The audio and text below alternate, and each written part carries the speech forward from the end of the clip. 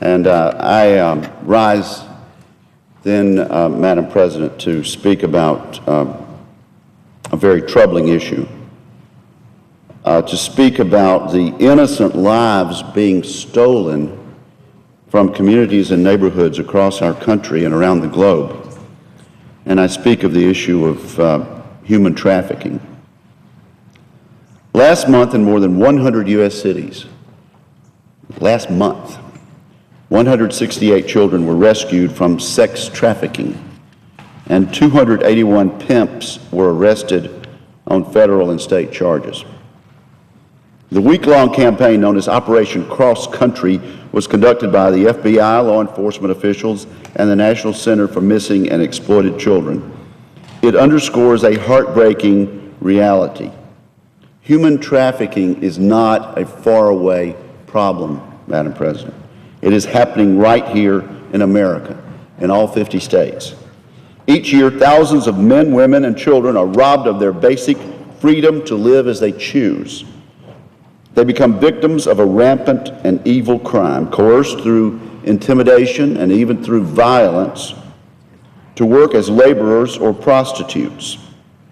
According to estimates from the Polaris Project, a nonprofit organization dedicated to fighting human trafficking, there were more than 5,000 potential trafficking cases in America last year. However, the precise number of domestic victims is unknown. It should be noted that sex trafficking affects individuals of all backgrounds and races, but it disproportionately impacts women, both domestically and internationally. According to the Polaris Project, 85% of sex trafficking victims in the United States are women. Although news headlines often glibly refer to a war on women in political terms, we as policymakers might well devote more of our energy to the issue of sex trafficking, a real war, a daily war, a nightmarish war faced by the most vulnerable among us, young women who are bought and sold for sex against their will. I stand with colleagues from both political parties in calling for an end to this nightmare. We must not ignore the horror stories on our doorsteps.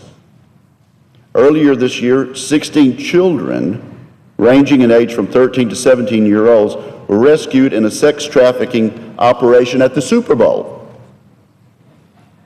one of our most celebrated events.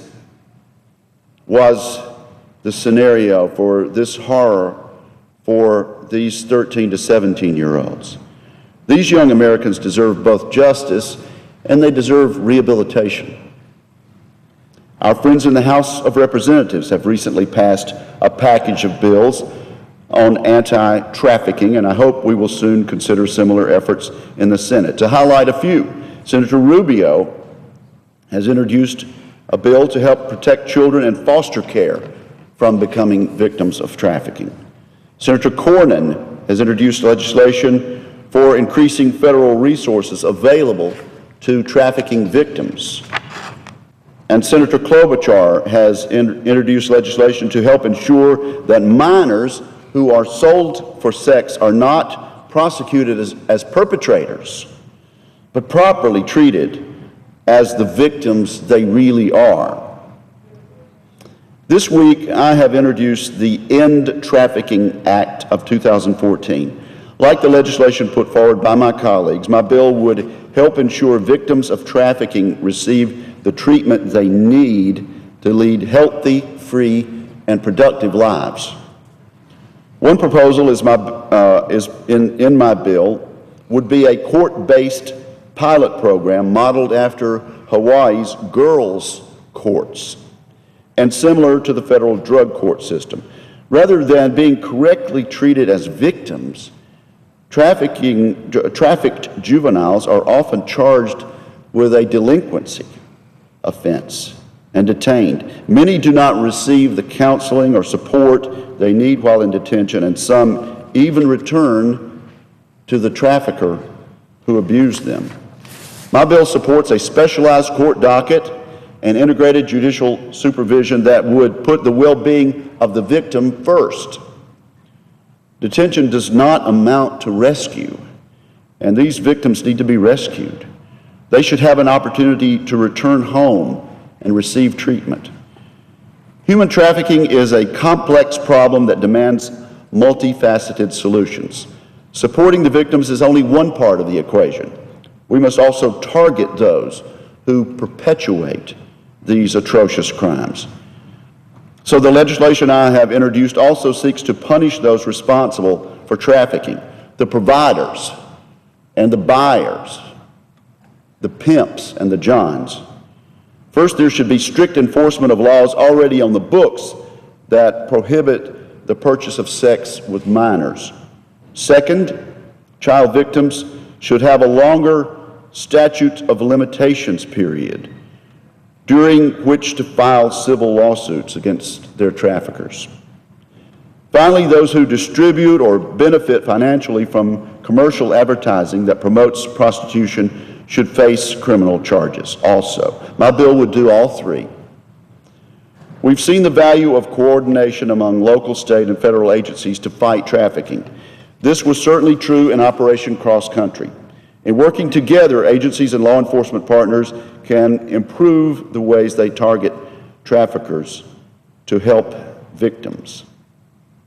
We all need to realize that in the United States, the freest, most prosperous nation in the world, traffickers still find and transit victims. Our efforts to fight trafficking within our borders are important to fight against trafficking worldwide. There are some 21 million people around the world who endure this cruel form of modern-day slavery. There's no other way to put it, Madam President. Although the United States cannot single-handedly eradicate the problem, we can serve as a model for other countries to follow by preventing trafficking and supporting its victims here at home. Again, Madam President, the title of the bill is the End Trafficking Act of 2014, introduced this week. I'm looking for co-sponsors. I'm looking for Republicans, Democrats, and Independents to come forward and say with a unified voice that this Senate, this Congress, this federal government intends to put the full weight of our efforts toward combating this serious national and international problem.